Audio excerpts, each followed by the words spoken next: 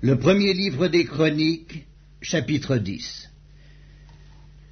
Les Philistins livrèrent bataille à Israël, et les hommes d'Israël prirent la fuite devant les Philistins, et tombèrent morts sur la montagne de Gilboa. Et les Philistins poursuivirent Saül et ses fils, et tuèrent Jonathan, Abinadab et Malkishoua, fils de Saül. L'effort du combat porta sur Saül. Les archers l'atteignirent et le blessèrent. Saül dit alors à celui qui portait ses armes, « Tire ton épée et m'en transperce, de peur que ces incirconcis ne viennent me faire subir leurs outrages. » Celui qui portait ses armes ne voulut pas, car il était saisi de crainte.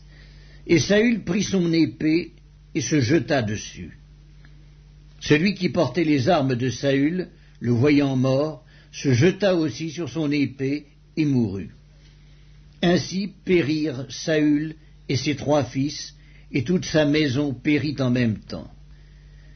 Tous ceux d'Israël qui étaient dans la vallée, ayant vu qu'on avait fui et que Saül et ses fils étaient morts, abandonnèrent leur ville pour prendre aussi la fuite, et les Philistins allèrent s'y établir.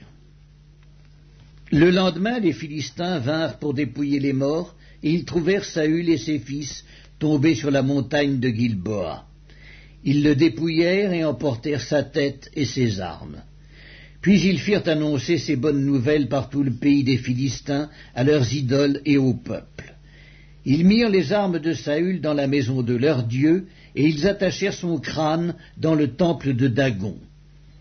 Tout Jabès en Galaad, ayant appris tout ce que les Philistins avaient fait à Saül, tous les hommes vaillants se levèrent, prirent le corps de Saül et ceux de ses fils, et les transportèrent à Jabès. Ils enterrèrent leurs os sous le térébinthe à Jabès, et ils jeûnèrent 7 jours. Saül mourut parce qu'il se rendit coupable d'infidélité envers l'Éternel, dont il n'observa point la parole, et parce qu'il interrogea et consulta ceux qui évoquent les morts.